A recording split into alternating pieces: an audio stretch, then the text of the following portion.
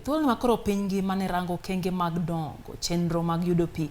Jopiny e gwenge mag Nyanza bende pod ywago dongruok e sekta no mar pi. Kaka Millicent Adhiambo lero, jodak e alwora ma Nyanza dwaro ni sirikande mag counties komakore gi kembe makeyo pi omany yore makare ma inyalo tiyo godo nok mar pi ma osebedo ka okwako gwenge ma Kaluo kinde ka kinde.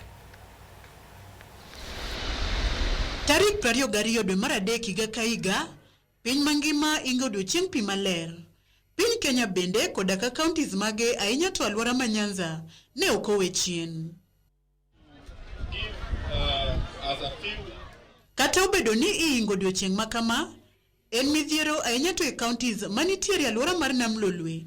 Kaluwore ni chop sani, en gima oyangore ni e counties gi duto nok pi osene mana kaka jodak ma counties go kamoting'o Kisumu, Homa Bay gi Migori lero.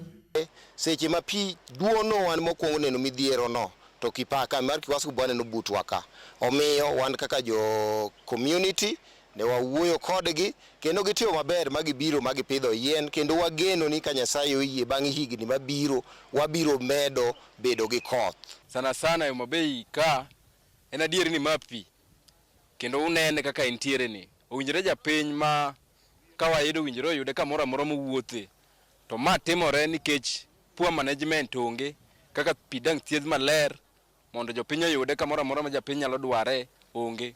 Koro da nyis sirikal ni gitemno matek maginyalo mondo giwuone kata gi donors manyalo a pinje maoko mondo bi ogernwa pigni lalo kar keto pi maber manyalo thiedhnwa pi mondo japiny mok nyal wuotho ka kata Sofia makongeni obi e dho nam ka mondo bi otuom pi. Chon yande waomo pi mabor, nyocha wahinyore to koro sani to wayude machiegni but oko ber ahinya ok wayude nikech kuonde moko water kiosk moko okethore koro ok wayude maber ahinya to kobiro to bo biro matin seche moko lal koro wadwaro ni mondo yawnwago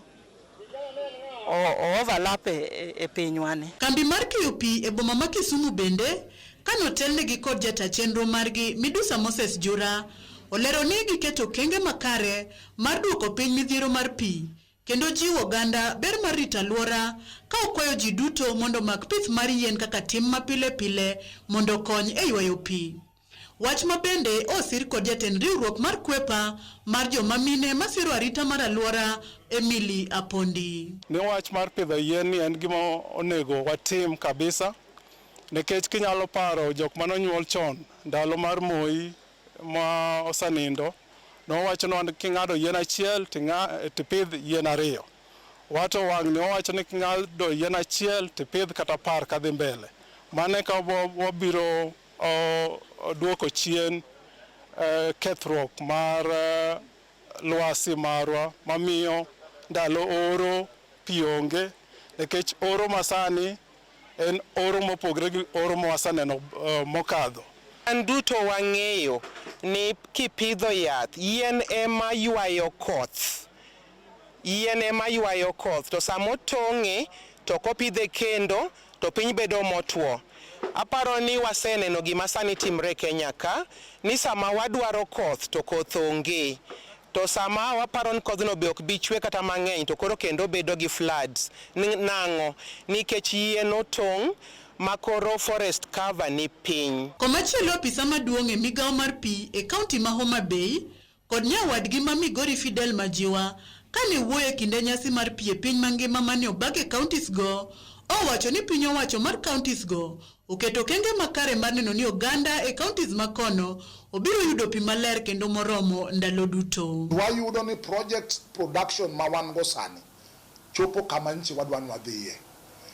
Golwa ni mondo by the end of this year wangi 70 bang' juma achiel kata jumbe ariyo bodo ka projects tema Migori County osechako manyiso ni thoth pi mano nego beni kunyo mano nego beni itimo equipping e yor extension mag pipes gi gero kiosks mimedo go kuonde mopogre dhi medore. Piny ngima ne riko seingo odiochieng' dongruok mar bunge kendo gwenge ma Nyanza yangore ni pod ni chien kirango kwan bunge.